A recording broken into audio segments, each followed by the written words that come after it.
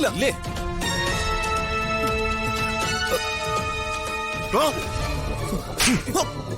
രോഹി, നീ യാമിനി ഉപദ്രവിക്കണ. അയ്യോ വലിമ, ഞാനാരെയും ഉപദ്രവിക്കാൻ വന്നതല്ല. ഞാൻ എന്റെ പാസ്പോർട്ട് എടുക്കാൻ വന്നതാ. അവന്റെ ഒരു പാസ്പോർട്ട്.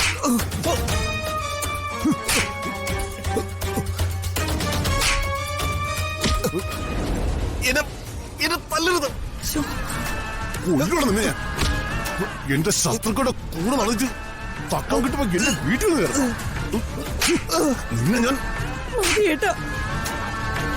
രോഹിത് ചത്തുവോ?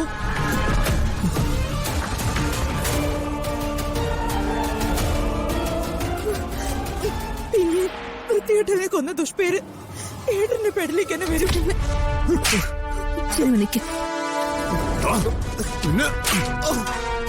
ഇത് ശത്രുക്കളുടെ കൂടെ ചേർന്ന് എന്നെ ചതിച്ചതിനല്ല, എന്റെ അനുജത്തെ ഉപദ്രവിച്ചനാ. മനസ്സിലായോ നിനക്ക്?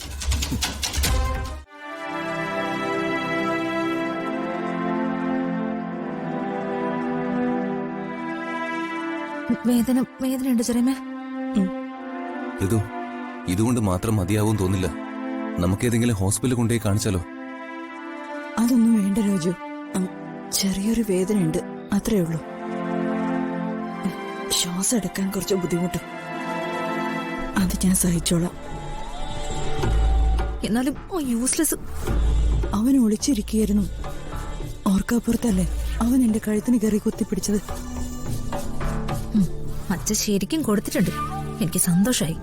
ഋതുവിന് മാത്രമല്ല, അവനും നല്ലോണം തൃപ്തിയായി. അതിനിടയ്ക്ക് അവന്റെ അമ്മയുടെ വക സ്ഥിരമായിട്ടുള്ളൊരു ഡ്രാമ. അവര് പിന്നെ നല്ല പെർഫോമൻസ് ആണല്ലോ. കോയമ്പത്തൂർ നിൽക്കുന്ന ശേഖർ സാറിനെ വിളിച്ച് വിവരം പറഞ്ഞല്ലോ മാഡം. അയ്യോ, അതൊന്നും വേണ്ട രാജു.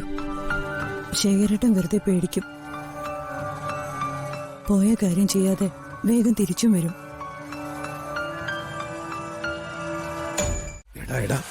എടാ, എന്ത് ധൈര്യത്തിലാ നീ എന്നെ കാണാൻ വന്നേ?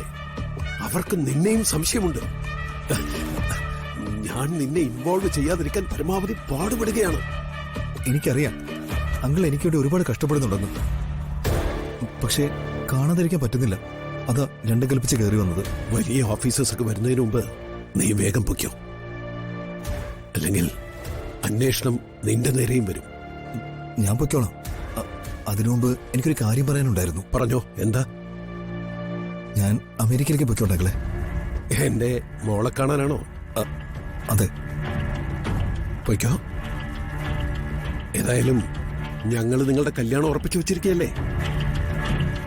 അവൾക്കും നിന്നെ കാണണമെന്ന് ആഗ്രഹം ഉണ്ടാവും. മാത്രമല്ല, ഈ അവസരത്തിൽ നീ ഇവിടുന്ന് മാറി നിൽക്കുന്നത് നല്ലതാണ്.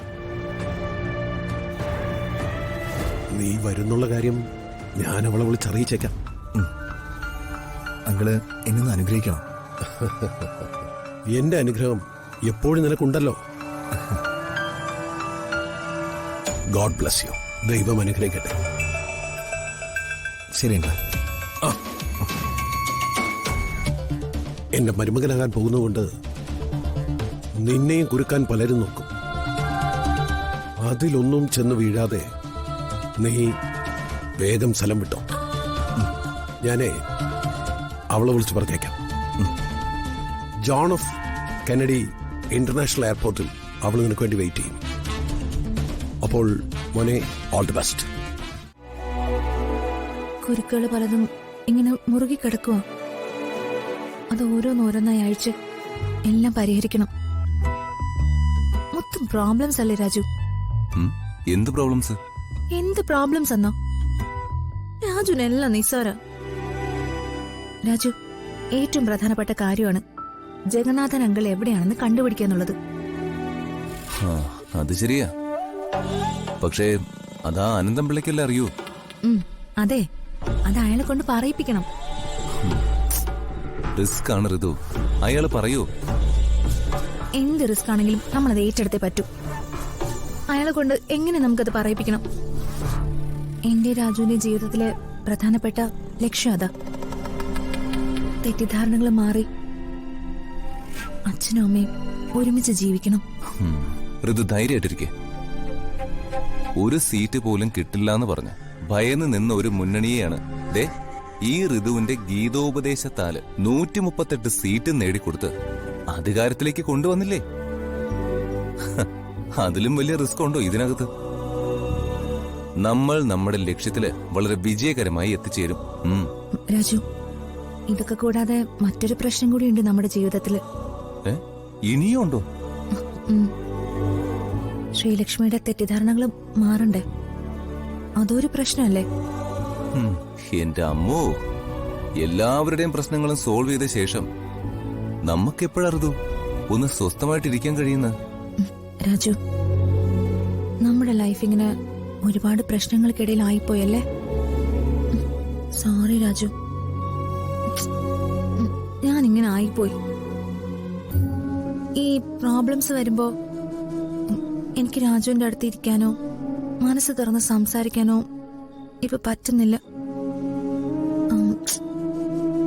രാജു വേറൊരു പെണ്ണിനെ കല്യാണം കഴിക്കണമായിരുന്നു. എങ്കിൽ സ്വസ്ഥതയോടെയും സമാധാനത്തോടെയും രാജുവിന് ജീവിക്കായിരുന്നു. ഈ കാര്യം ഞാനും പലവട്ടം ആലോചിച്ചിട്ടുണ്ട്.